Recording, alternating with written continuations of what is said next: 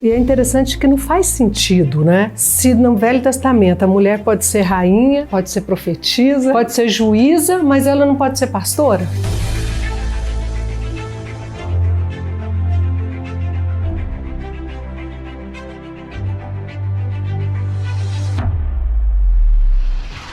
Eu queria fazer uma pergunta inicial para você, Bispo. Considerando a sua trajetória e o que você enxerga do mundo hoje, você acha que hoje, na nossa atualidade, a mulher é desvalorizada ou subestimada? Eu acredito que, infelizmente, ainda é. E principalmente dentro da igreja. Parece que as pessoas têm uma facilidade muito grande hoje, graças a Deus por isso, de aceitar uma médica, uma advogada, não é? E nas demais profissões, uma psicóloga, mas eles têm ainda dificuldade de aceitar a mulher no púlpito.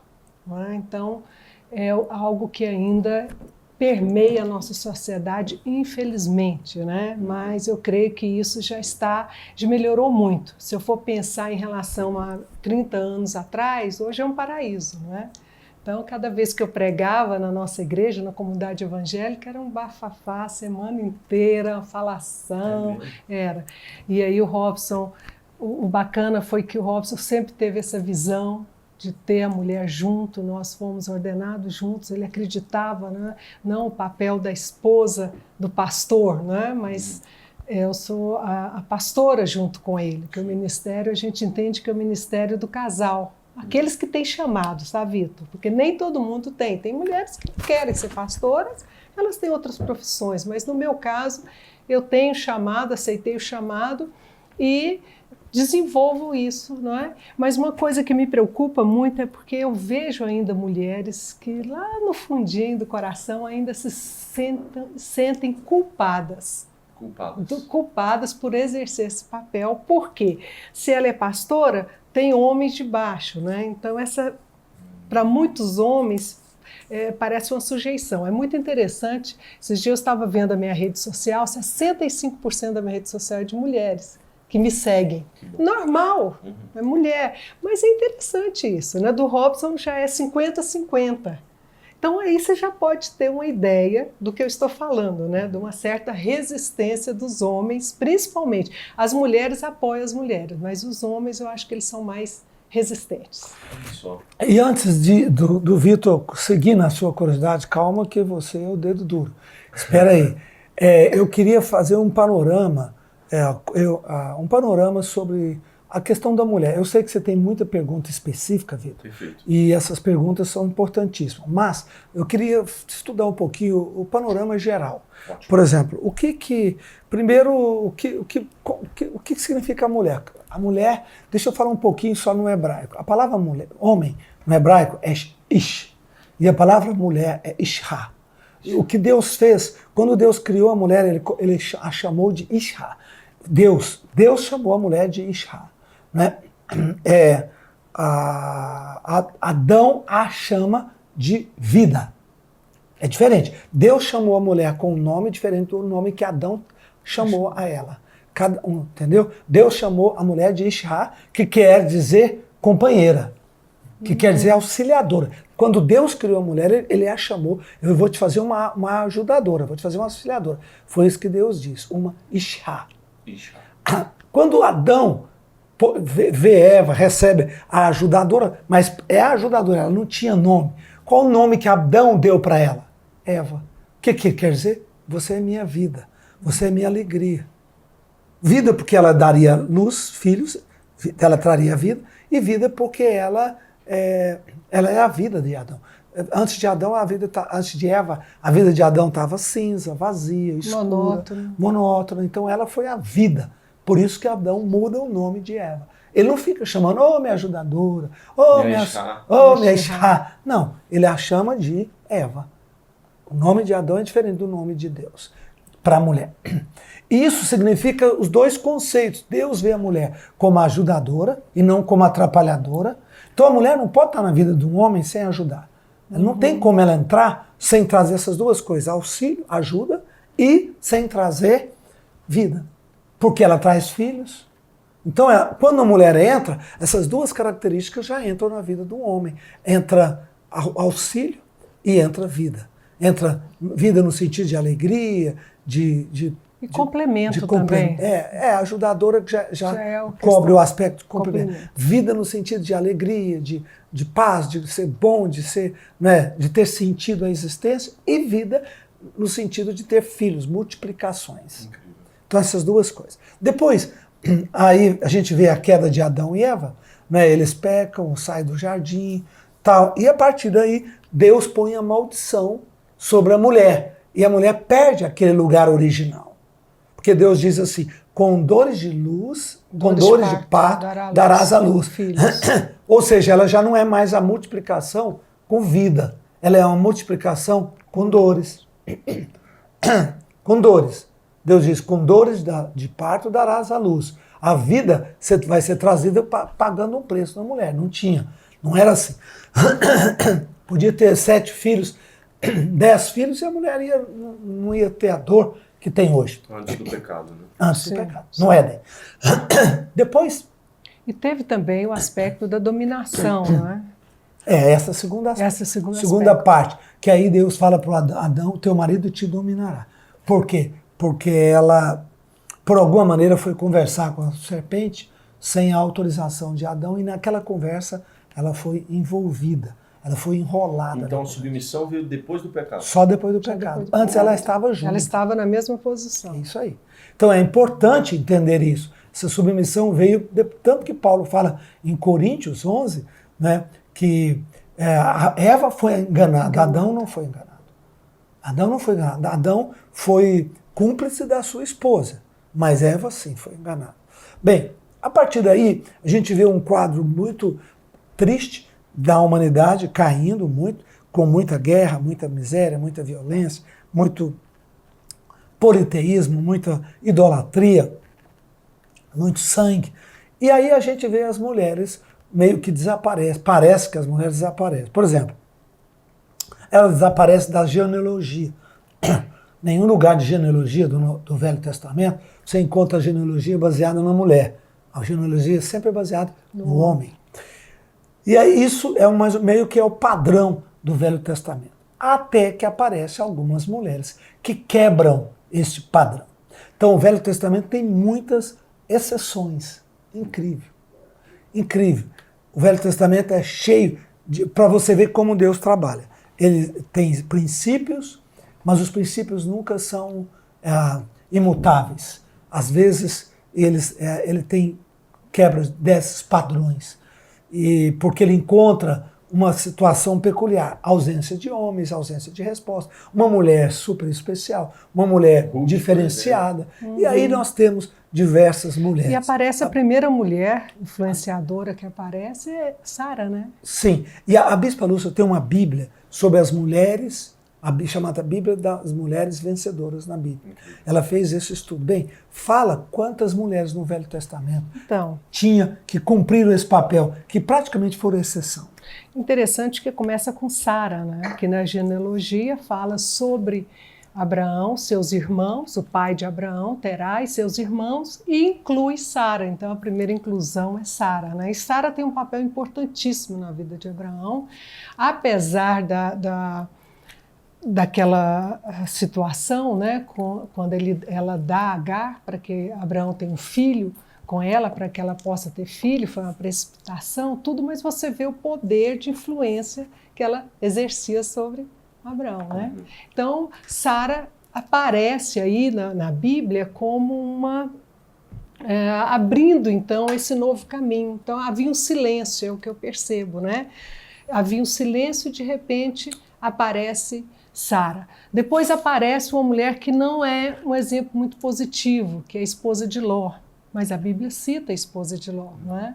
E os estudos mostram que uma dos problemas que Ló teve com Abraão foi devido à esposa dele, devido à esposa de Ló, que não tem nome, né? Que é interessante isso, a Bíblia não dá nome para ela, mas faz com que o sobrinho separe do tio, e eles vão embora, você sabe a história, a Bíblia diz que eles vão armando, né, as suas tendas até Sodoma e Gomorra, e quando Deus decide destruir Sodoma e Gomorra, Abraão intercede por Ló e o anjo é enviado para tirar Ló e a sua família. E aí tem o acontecimento trágico, né, que o anjo fala para não olhar para trás, né, e a mulher de Ló olha para trás. Então ficou muito marcado essa figura sem nome que desobedece uma ordem direta de Deus, né? O anjo dá essa, que era para a salvação dela. Então, mas depois aparece, o que me chama muita atenção, Robson, é Miriam, né? Porque Miriam aparece junto com dois homens muito fortes, que é o irmão Moisés e Arão. E tem um versículo em Miqueias, Miqueias 6,4, que diz assim: eu os tirei do Egito, quebrei as correntes da sua escravidão e lhes dei Moisés, Arão e Miriam para conduzi-los. Olha só, Miriam está lá. No Velho Testamento, hein? Então, você vê que a mulher começa a ter um protagonismo, começa a aparecer de uma forma diferente, né? E Miriam é chamada de cantora e de profetisa. Não é? Então, mostrando que a mulher não é só mais simplesmente para ocupar um lugar, para ter filho ou para servir o marido, mas a mulher é para servir junto com o marido para cumprir o propósito de Deus, né? Aí você citou Esther, não é? Nós temos Ruth, nós temos Uda, que eu gosto muito da história dela. O rei precisa de uma resposta de Deus em Reis, lá no livro de Reis, e pede o sumo sacerdote que consulte um profeta. Onde que ele vai? Em Uda. Uma profetisa que dá a palavra de Deus para o rei. Então isso vai tirando aquela nuvem sobre a mulher, né? Débora. De que a mulher... Aí aparece Débora. Débora que foi uma juíza, né?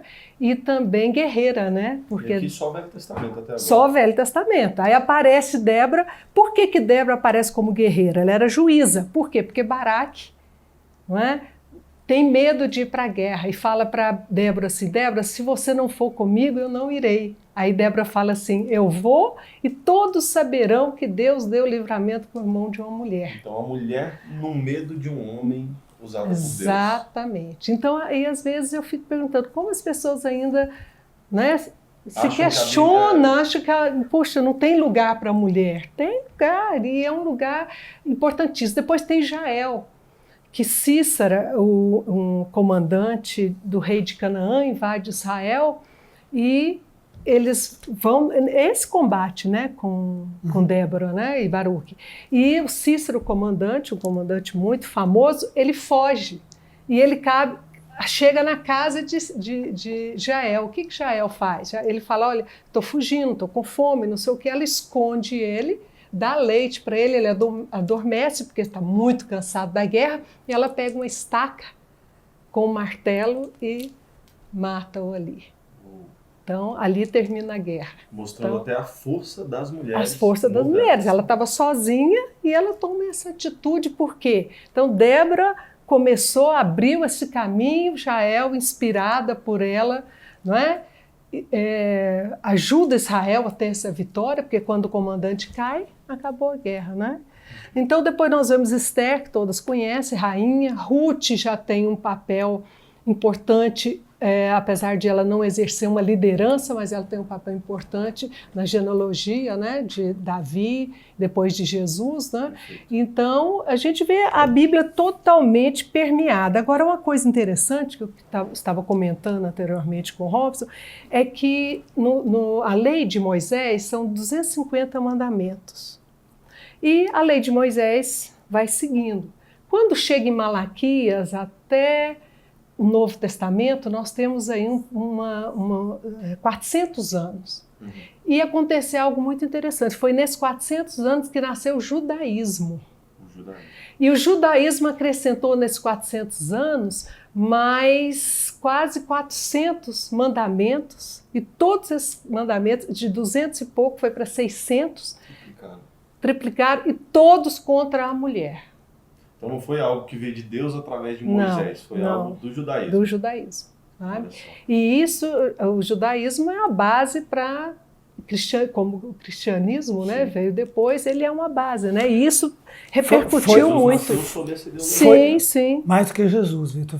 Foi esse o contexto em que o apóstolo Paulo foi formado no judaísmo, como teólogo, como fariseu, como teólogo judaico que ele era.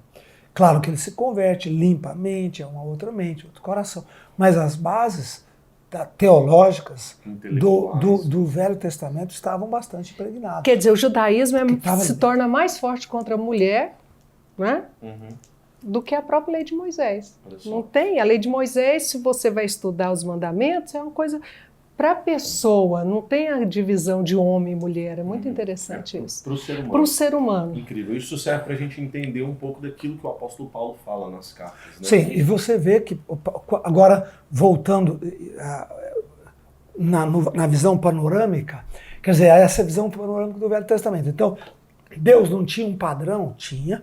Em Gênesis 3, o Senhor não tinha posto a mulher como auxiliadora, Ishihá, ele não colocou a mulher, né, submissa ao homem, pois, mas você encontra todo esse contexto onde a mulher teve uma participação muito boa, muito forte. Olha o tanto de mulheres citadas. Agora é interessante, né? Exemplos maravilhosos. Te cortando, e é interessante que não faz sentido, né? Se no Velho Testamento a mulher pode ser rainha, pode ser profetisa, porque hoje não. Pode ser juíza, mas ela não pode ser pastora? Não, mas essa é uma visão meio embutida. Chegando no Velho Testamento, a gente vê Jesus colocar a mulher... Chegando no Novo Testamento, a gente vê Jesus colocando a mulher numa posição em que ela não tinha, de jeito nenhum. Jesus perdoa as mulheres, a mulher chamada mulher pecadora. Jesus trata Maria Madalena com muita dignidade, não é? Com muita dignidade. Jesus deixa-se acompanhar pelas mulheres, não era só pelos 12 apóstolos, pelas mulheres. Aonde ele ia, aonde havia a missão evangelizadora de Jesus, as mulheres estavam presentes. Porém, quando Jesus morre e ressuscita, e deixa os apóstolos para dar o fundamento da igreja, sim, a Bíblia diz que a igreja é fundamentada sobre o ensino dos apóstolos e profetas. Então, daí não é nem sobre o ensino de Jesus, é sobre o ensino dos apóstolos e profetas. Pouca gente entende isso. A igreja não está fundamentada sobre o ensino de Jesus. Tanto que a pedra não é Jesus, a pedra é Pedro, né? Aquela pedra, a pedra angular é Jesus, que ele diz sobre a pedra angular da casa. Mas a pedra que ele diz, sobre essa pedra edificarei a minha igreja, é uma revelação que Pedro teve. Que Jesus não tinha sentido, porque ele era o Messias. Então, o fundamento dos apóstolos e profetas, eles vão colocando a ordem, a estrutura da igreja, a reunião, o batismo, a salvação, a graça, o perdão, a libertação dos demônios, tudo isso é colocado ali dentro organizadamente. E também o lugar da mulher. Lugar da mulher. Então, a gente não pode buscar a ação, lugar da mulher, no relacionamento com Jesus, no convívio com Jesus, porque Jesus foi um preâmbulo do reino de Deus. Jesus foi um preâmbulo do reino de Deus. Né? Ele não viveu aqui para forever. Ele ficou 3 anos e meio e foi embora. Depois ele deixou a igreja e dentro da igreja ele deixou os fundamentos. Mas o que a gente vê lógicos, organizados. É Jesus valorizando a mulher, como você disse. A mulher do poço. Ele não, porque naquela época... Ele resgata 100% não, porque naquela época o judeu não falava com a mulher em público.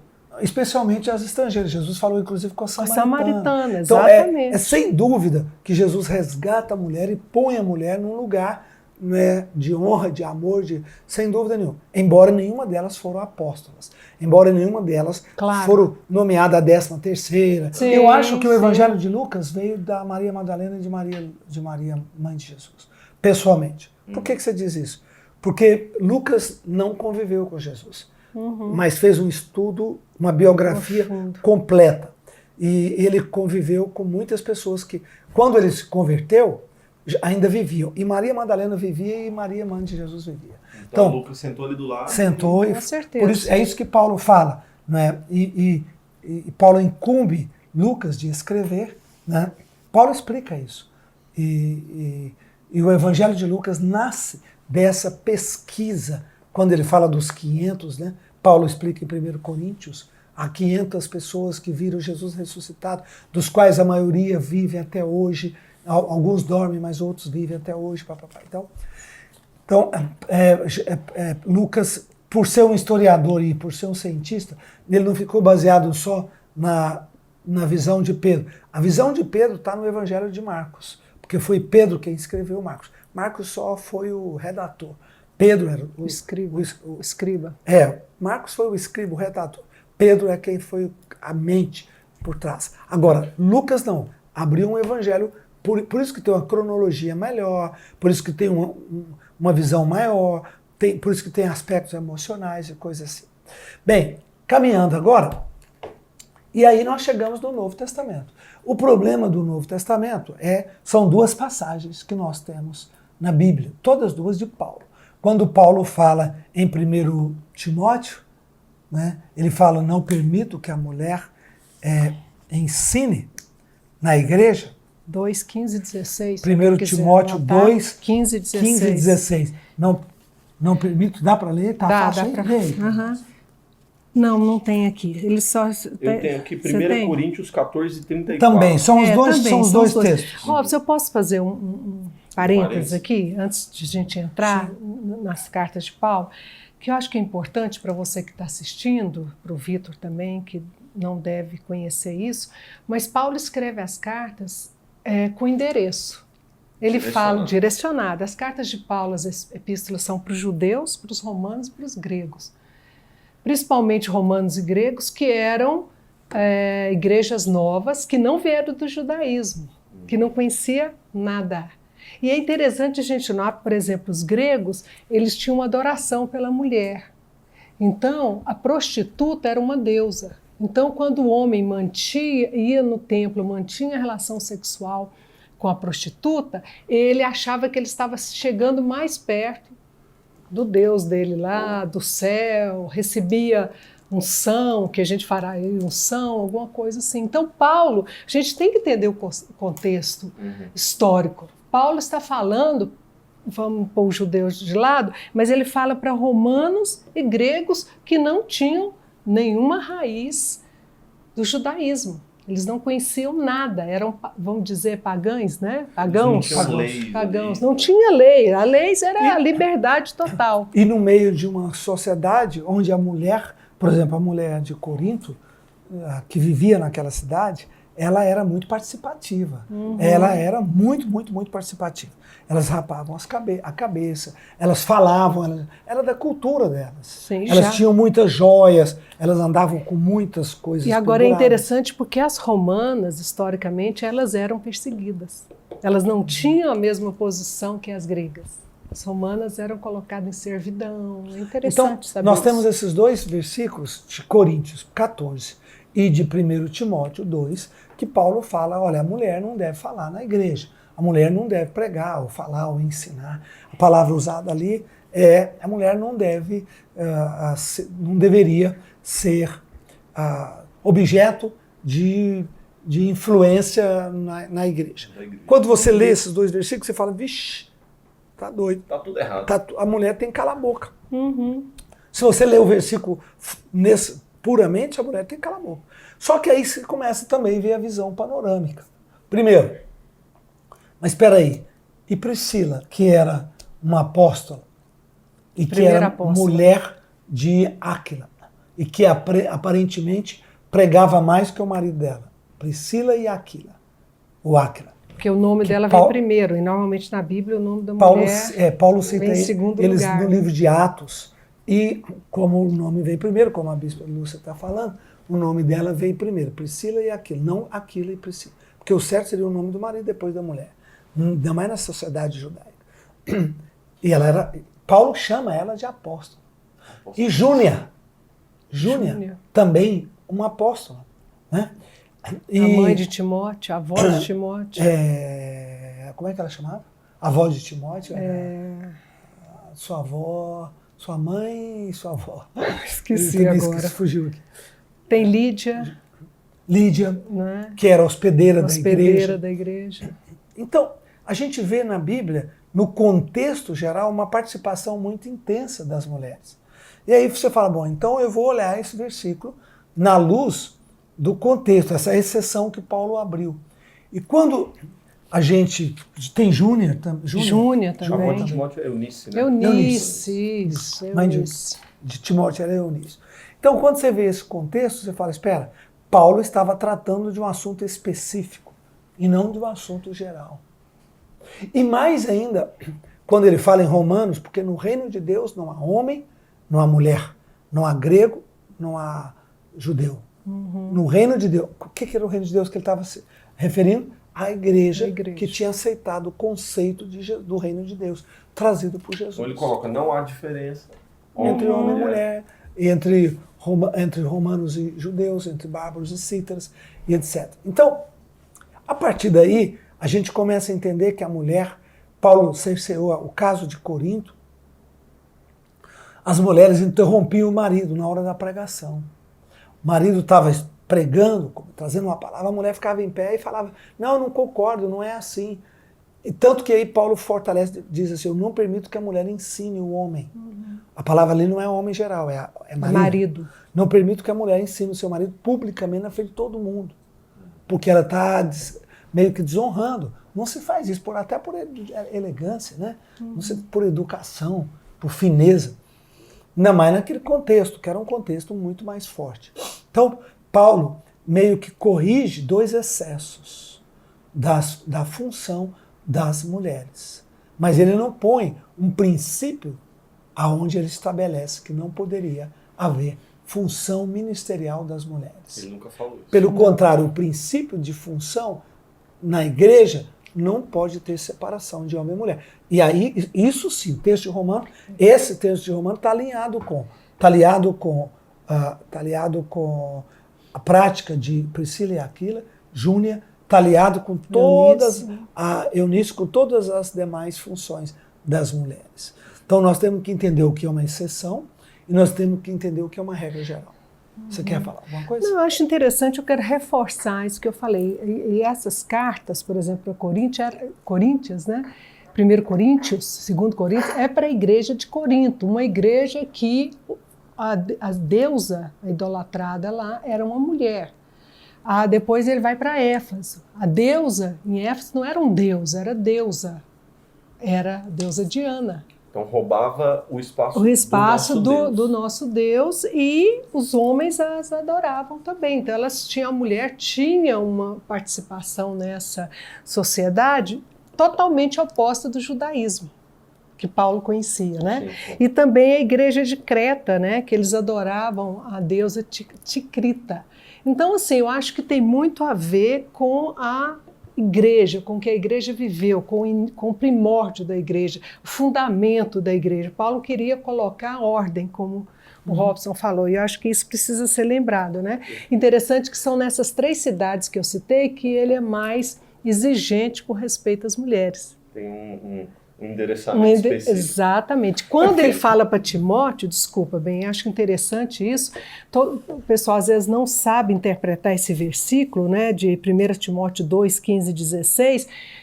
Timóteo, ele era o pastor principal daquela igreja de Éfeso. Não é? Ele tinha um presbitério, mas ele era o sênior. Não é? E Paulo está dando as orientações para ele, e ele fala sobre a questão da mulher ser salva dando à luz. Muita gente acha, já me perguntaram, inclusive mulheres, sou solteira, se eu não tiver um filho, então eu não vou ser salva? Dando à luz, será salva dando à luz filhos? Não. Aquilo ali tem um contexto também muito importante, porque tinha uma deusa, que em Éfeso essa deusa era venerada, porque ela era a deusa que trazia os filhos a vida, que não deixava a mulher morrer. Então, toda mulher que ia dar à luz em Éfeso recorria a essa deusa. Então, Paulo estava dizendo para Timóteo, fale para as irmãs que antes serviam essa deusa, que não se preocupe. Se elas mantiverem a fé, elas darão à luz e não vão morrer, porque Deus vai estar com elas, porque elas estavam trocando, vamos dizer assim, a sua religião, as suas crenças, e isso é algo muito arraigado nas pessoas, não é? Então Paulo estava, mais uma vez, falando de algo com respeito a essa veneração a uma deusa, que era a deusa da luz, que eles falavam. Perfeito, é importante a gente entender isso, para a gente entender o contexto onde o apóstolo Paulo falava certas coisas. Agora, trazendo para a nossa realidade, até uma pergunta que não estava aqui, mas deu para entender que certas coisas na posição homem e mulher surgiram depois do pecado. Hoje a gente entende que a mulher tem as dores do parto, tem TPM, questões ali emocionais, que a ciência já prova que são diferentes. Você acha, bispa, que depois quando Jesus se sacrifica por nós, pela remissão dos nossos pecados, a mulher pode dar a volta por cima por alguma dessas coisas? Tipo, por causa do sacrifício de Jesus, a mulher pode ter um parto sem dor, por exemplo? Olha, isso vai muito da questão biológica de cada mulher. Eu já vou por esse lado, né? Então, Jesus levou as nossas dores na cruz, tudo. Eu posso dizer que eu dei à luz a Ana Lia sem dor. Mas os 2 outros partos eu tive dor. Então eu tive essa experiência, né? Então, a Ana Lia nasceu, quando eu vi, ela já estava lá, parto normal, tudo. Mas eu não acho, não sei o que o Robson acha, eu acho que não tem uma vinculação direta, Vitor, né? De pecado, né? Essa consequência, essa consequência da queda, ela só será removida na incorruptibilidade. Isso. Enquanto tiver a corruptibilidade biológica, as consequências estão aí. A ciência pode amenizar. Muito. Como a ciência, por exemplo, deu longevidade. A vida média chegou a ser 20 anos, 23 anos, na idade das trevas mais profundas. Depois foi para 33, depois foi para 40, e está esticando de volta. Mas é por uma graça de Deus, pelo desenvolvimento da ciência. Não por princípio, que quando Jesus quebrou as maldições e trouxe salvação. Agora, enquanto nós estivermos no sistema, esse sistema está sob juízo. Não adianta. Por isso porque se trouxesse, se mudasse isso, né, Robson? Então a gente viveria para sempre. Voltaria. Porque a morte é uma consequência do pecado. A morte é uma consequência do pecado. Se Jesus venceu a morte, então eu não morro. Voltaria para o estado do Éden. É impossível você voltar para o estado do Éden na inocência, porque depois que violou a consciência, acabou. A consequência está lá. Perfeito. Seguinte, quero perguntar para vocês algo. Vocês são casados, vocês exercem um ministério juntos. O marido exerce uma posição de pastor ou líder espiritual da esposa? Com certeza. Com certeza. Então, todo homem cristão é o líder da sua Sim, esposa? é meu líder, cabeça, o que a Bíblia se refere, né? Sim, isso é muito importante. Tem muitos casais que não conseguem trabalhar juntos porque competem. Porque fica competindo. A mulher tem que entender que ela tem um espaço dela, mas o cabeça da mulher é o marido. Acabou, não tem. Mas meu marido é novo convertido. Meu marido. Mas ele tem discernimento. Ele não tem discernimento. Mesmo que a mulher, mesmo que ele não entenda muito, mas o marido tem muito bom senso. E se a mulher fala, não, mas não dá, porque ele me bate, aí é outra coisa. Ele me agride. Quando chegou a um extremo. Não, aí não é autoridade, aí é dominação. Aí são agressões, dominações. Isso, inclusive, abre flanco até para a separação. As duas coisas que trazem a opção da separação é o adultério, a traição e o espancamento. Não dá. É inaceitável essas duas coisas. E uma coisa importante que eu queria falar para as mulheres que estão nos assistindo, que é uma bênção você ter a cobertura do seu marido. Não é? Isso traz, eu acredito, pela minha experiência, sabe, Vitor, que o peso do ministério para uma mulher sozinha é muito solitário essa posição. Então, a 2, você tem maior o pagamento, né, o resultado do seu trabalho é muito melhor. E a mulher sozinha, eu acho complicado. A perfeita posição da mulher é a contribuição. Porque o ministério tem decisões tão grandes, tão fortes, a gente recebe tanta descarga que você tem que ter uma estrutura emocional muito forte, especialmente se o ministério for grande. A mulher não tem biológica, ela não está revestida biologicamente dessas E até por causa da questão emocional dela, né? Hormonal. Exatamente. O hormonal que influencia o emocional, né? a própria capacidade dela. A mulher é muito afetiva. Ela tem um mundo de afetividade com o filho, com outro, coisa que o homem nem sempre é. Então o homem é mais racional, ele é mais frio para fazer uma escolha, para tomar uma decisão. Coisa que a mulher às vezes embanana tudo, ela embaralha tudo. Por isso Paulo é muito criterioso, categórico, quando ele diz, cuidado, a mulher não pode ser exposta demais ao mundo espiritual, sozinha, sem uma cobertura, sem alguém, ou marido, ou um pai, né? Ou alguém que seja o o espiritualmente falando, a cobertura ou sênior Aí daquela vem contribuição E feminina. aí vem a pergunta, uma pastora sozinha, que não é casada. Se ela não, se for na Sara, eu mando ela estar debaixo de alguém. Acabou. Sim. Curto e grosso, não tem conversa comigo. Você quer exercer o ministério? Legal. Tem um bispo sobre você que vai te ajudar aí, que vai te orientar, que vai ser seu mentor, que vai ser... Pode, mas com direcionamento. E é interessante porque Alguém nós que vai temos, nós convivemos com muita gente, né? Sim. Muitas mulheres nós temos solitárias, né? Que às vezes o marido não estava no ministério, estava sozinha. E eu vou falar para vocês, depois de 40 anos, hoje elas já não estão mais na frente do ministério. É difícil resistir. Porque é difícil. Não porque elas não têm capacidade, mulheres, me entendam. Nós somos capazes, mas não é o nosso lugar. É uma carga muito grande de se carregar. É uma carga muito pesada. Não pegue isso porque não precisa. Eu até passo a enxergar que o homem tem seus defeitos, a mulher tem seus defeitos, mas os dois se complementam. Claro, a gente vê, é muito comum, é muito presente nos nossos eventos, a gente vê, por exemplo, o Bispo Odovalho vem com uma palavra geralmente que traz muita razão e direcionamento e método. E a Bispa Lúcia traz essa afetividade, traz esse ambiente, né? E são duas coisas que a gente precisa, não tem fogo. Se complementam. Por isso Deus fez Ish e Ishihá. Para somar, não tem jeito, é para completar. Entende? É para completar. E interessante que Paulo também falando, não é, com as igrejas, ele fala, eu gostaria que todos vocês em Coríntios profetizassem. Ele não fala que os homens profetizassem. Todos vocês. Todos vocês, quer dizer, ele abriu, não é? Ele deu a abertura na para a mesma mulher. carta, na inclusive, mesma carta. que ele fala que a mulher não deveria profetizar ou falar. Então, aí ele se contradiz. Como é que você fala que a mulher não vai falar? E depois você diz, não, que vocês todos pudessem profetizar. Então ele estava falando de situação realmente específica. É aquela coisa, né? Texto fora de contexto Isso. vira pretexto. Pretexto. Mas Isso vamos lá. mesmo. Bispa, é muito comum a gente ver o seguinte. O ministério lá do Bispo Odovalho. O missionário não sei de tal vai abrir uma igreja não sei aonde. Sempre o homem se destaca mais. Sim. É meio que natural. Como com uma mulher de Deus, como você lidar com essas...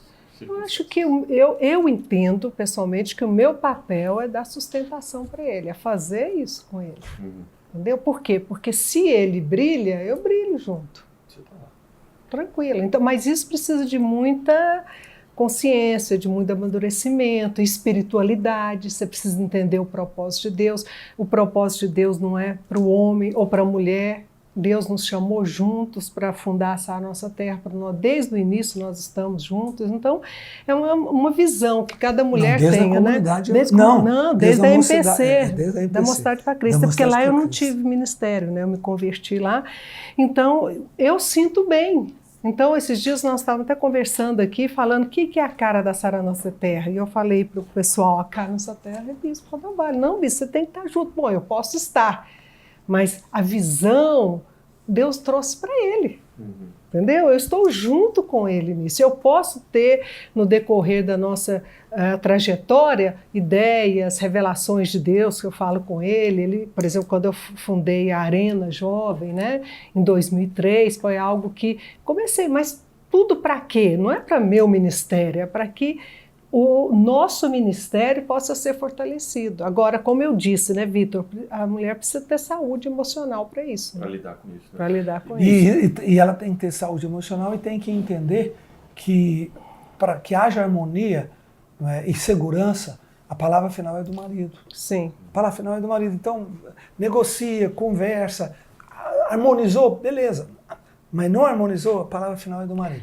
Não pode quebrar essa linha. Né? Sim, não pode, porque se quebra essa linha, aí entra num problema de casamento. E a Sara Nossa Terra, nós, desde o início dela, nós temos ensinado isso. Tanto que os casamentos aqui são muito longevos. Você não vê história de separação de bispo, graças a Deus, pastores, escândalos. Por quê? Porque é ensinado. Porque a gente foi vivendo isso e foi ensinando para os discípulos, né, bem?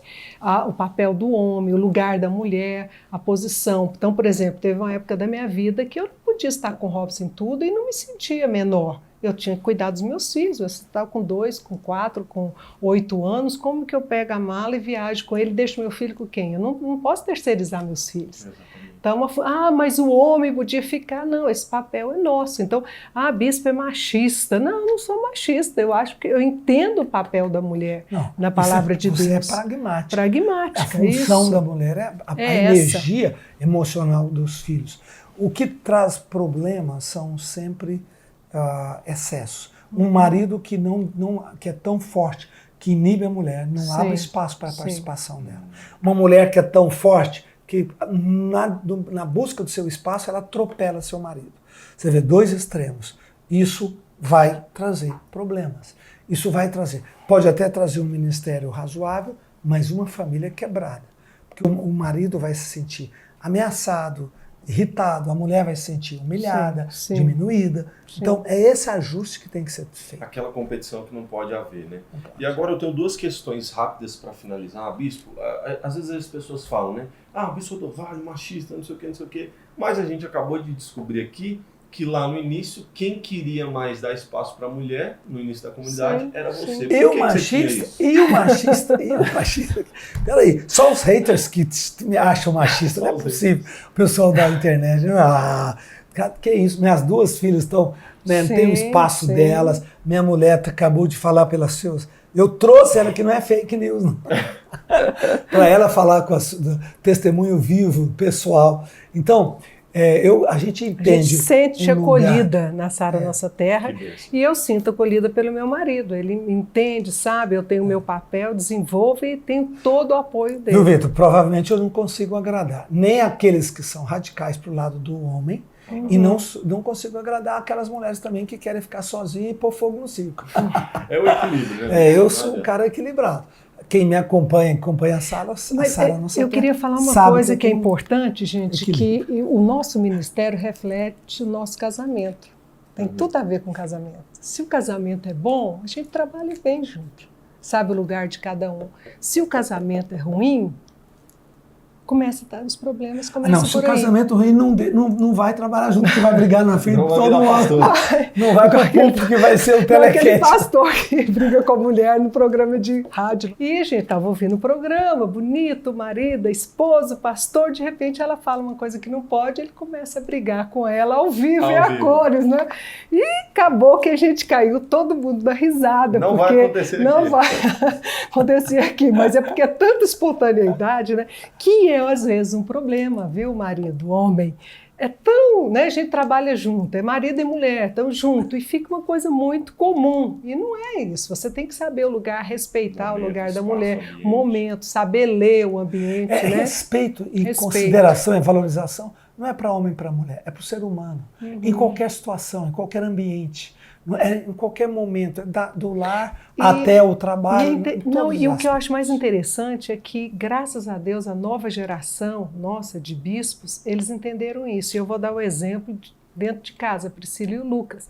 Lucas não faz nada sem a Priscila, se possível. Ele fala para mim, bispa, não me manda fazer alguma coisa sem minha mulher, porque eu fico com o pé quebrado, porque ela é a minha sustentação, e é bonito isso, né? E ele não tem vergonha de declarar isso. Isso é muito bom. Então, se ele vai sair com alguém, veio um amigo dele, Lucas tem muito amigo de fora, tudo, veio para almoçar, eu tô sozinho, tá, você tá sozinho, mas a minha esposa vai comigo, ele faz questão. Então, quer dizer, é bom estar junto. Acho que isso é o diferente pra gente, né? Eu gosto de estar com meu marido. Depois de 43 anos, ainda é prazeroso, a gente quer estar junto, e essa cumplicidade faz toda a diferença no ministério, não é? Com certeza. É isso aí. Gostaram? Viu que não é fake, se não gostaram, é real. Verdadeiro? E aí, curioso, acabou? Eu tinha uma muito rápida. Vamos fechar esse negócio. Vamos fechar com essa muito rápida. A gente está numa era onde se fala muito, até pelo nosso contexto político, se fala muito de machismo, feminismo. Na igreja, existe machismo, feminismo? Deve existir? Como é que é a mentalidade? Primeiro que existe, não deveria, mas existe. Na Sara, talvez, é a igreja que menos tem isso. Pelo exemplo da Bispa Lúcia, está lá, tal. Mas, infelizmente, nós temos estatísticas, pesquisas que mostram que feminicídio acontece dentro das igrejas evangélicas. Também. Numa percentual muito respeitado, que nos assombrou ver isso. Então, eu desafio os pastores a falar sobre isso na igreja. Pessoal, todas as denominações, não é só Sara, não. Todas as denominações. É inaceitável um homem encostar a mão numa mulher. Por quê? Para que agredir? Só porque ele é fisicamente mais forte?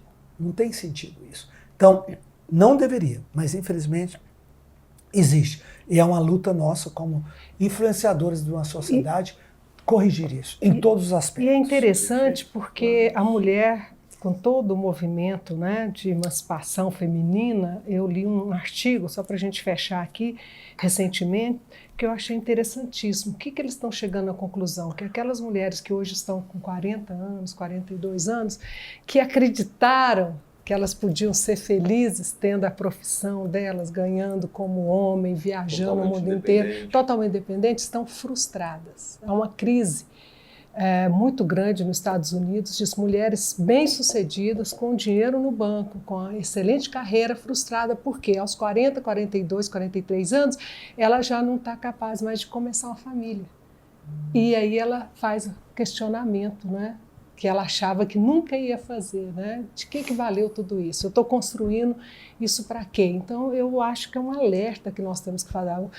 A questão do empoderamento da mulher é importante no sentido de que ela tenha autoestima, mas não porque ela seja maior do que o homem. E ao se colocar empoderada, que ela não atropele o marido. Porque aí, por causa de um capricho emocional, ela vai ter uma tragédia familiar. Sim. E não vale isso. Muito melhor resolver essas emoções, resolver essa questão de menor valia, muito mais fácil, né? E ter valores duradouros, que é uma família preciosa. Tá bom? Obrigado, Vitor. Obrigado, a Bispa Lúcia. Obrigada, Vitor. E você. Obrigada pelo convite. Amém. Provocação. Essa é a primeira. Ela vai voltar para falar outro assunto mais na frente. Você, mulher, é preciosa, tem seu espaço. Quando Deus te criou, ele pensou em trazer vida, como Adão chamou Eva, vida para um homem.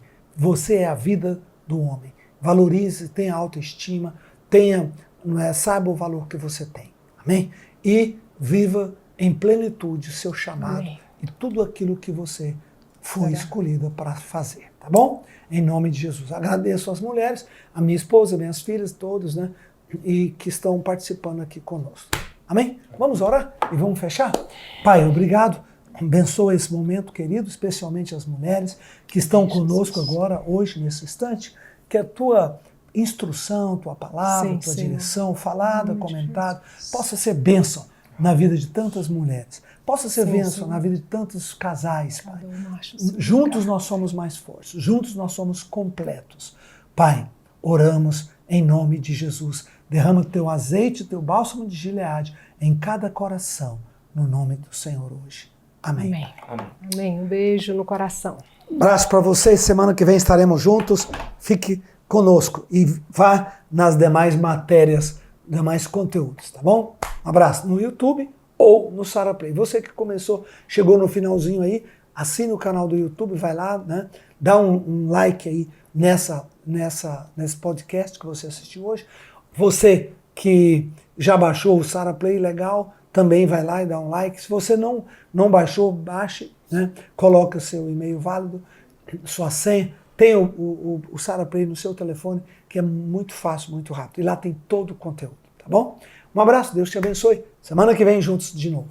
Até lá. O que mais teus filhos vão guardar da sua história de vida não são suas palavras, são suas atitudes, seus exemplos. O que foi que você acha que mais emocionou você? Que dia que você tomou a decisão por Jesus? Ou, não sei, né? O que mais mexeu com você para você alinhar-se com Deus individualmente?